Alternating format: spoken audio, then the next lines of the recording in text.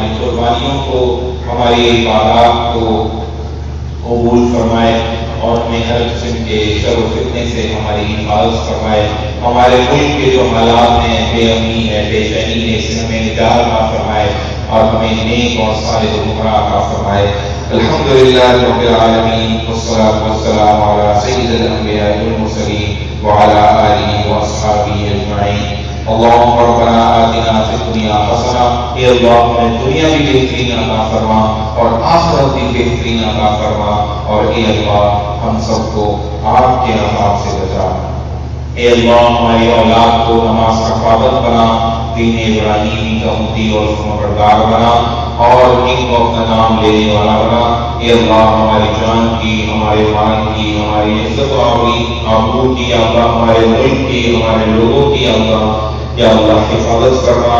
یا اللہ یہ جو بے چینی اور بے امنی کی جگہ ہے، یا اللہ اس کو ختم فرما.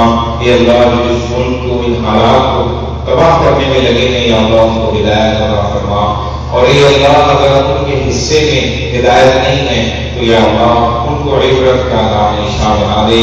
اے اللہ ہمیں دین سمجھنے کی توفیق عطا فرما. اے اللہ ہمیں قرآن کریم کو ترجمے کے ساتھ پڑھنے کی توفیق عطا فرما. آپ کا جو یہ اعلان ہے کہ جو میری کتاب پر غور نہیں کرتے، کہیں ایسا نہیں کہ ان کے دلوں میں تالے پڑ چکے ہوں. یا اللہ اس وعید سے ہماری حفاظت فرما. اے اللہ ہماری نمازوں کو، ہماری قربانیوں کو یا اللہ قبول فرما. ہر قسم کی ریاکاری سے، دکھاوے سے، بڑھوتری سے اور اپنے آپ کو اونچا کرنے کے جذبے سے یا اللہ ہماری حفاظت فرما. ہر قسم کے تکبر سے ہماری حفاظت فرما. اے اللہ ہمارے دلوں کو بغض، کینہ، عناد سے یا اللہ پاک کر دے. یا اللہ اپنی محبت، اپنے لوگوں کی محبت، انسانوں کی محبت ڈال دے. اے اللہ ہمیں فرقہ واریت سے باہر نکال دے. اے اللہ نبی کریم صلی اللہ علیہ وسلم کو جو دین تھا وہ دین ہمیں عطا فرما. اے اللہ آپ نے اس امت کا نام مسلمان رکھا ہے، یا اللہ ہمیں دیگر نام لگا لیے ہیں. یا اللہ ہمیں اس فرقہ واریت سے نجات عطا فرما.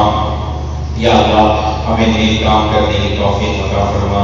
اے اللہ ہمیں قربانی کا جو جذبہ ہے یہ پیدا فرما. قربانی کا جو مقصد ہے وہ عطا فرما. ربنا هب لنا من ازواجنا وذرياتنا قرة اعین. اے اللہ ہمارے لیے بچوں کو، ہمارے گھر والوں کو ہماری آنکھوں کی ٹھنڈک بنا دے، اور اے اللہ ہمیں متقیوں کا امام بنا. ربنا تقبل منا انك انت السميع العليم وتب علينا انك انت التواب الرحيم. وصلى الله تعالى على خير خلقه محمد وعلى اله واصحابه اجمعين. آمين برحمتك يا